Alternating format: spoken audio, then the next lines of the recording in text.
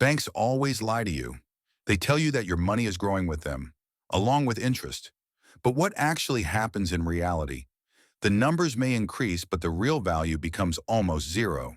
Why? Because inflation eats away your money's purchasing power every year, and it runs much faster than bank interest.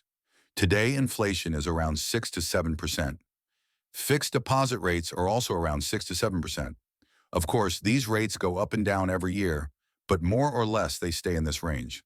That means the interest the bank is giving you is being completely neutralized by inflation.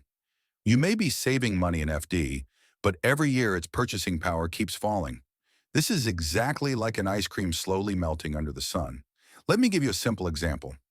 Suppose you have 1 lakh rupees and you put it in an FD at 6.5% interest. After 1 year, the bank gives you 1 lakh 6,500 rupees. Sounds good, right? At least the money increased. But now let me show you the real picture. If inflation is 6 to 7%, then the real value of that extra 6,500 rupees in today's market is equal to 1 lakh rupees or even less. So the number increases, but purchasing power falls. The simple meaning is this: by keeping money in the bank, you are not becoming safe. You are slowly becoming poor.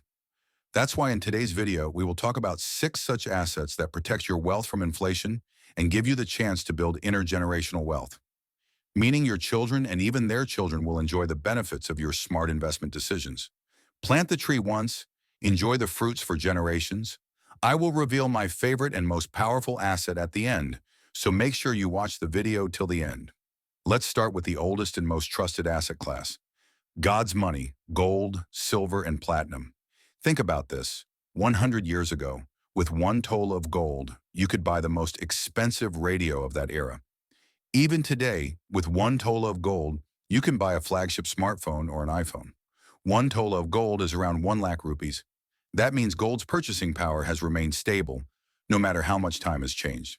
In India, gold is not just an investment, it's an emotion. Be it weddings or Diwali, buying gold is a tradition. But behind this tradition, there is solid financial logic.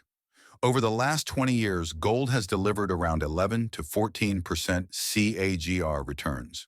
That means if you had bought gold worth 1 lakh rupees in 2003, today it would be worth 9 to 10 lakh rupees. Compare that with FD returns of 6 to 7%.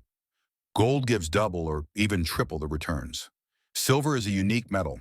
On one side, it's precious like gold, and on the other, it is heavily used in industries like electronics, solar panels, and medical equipment.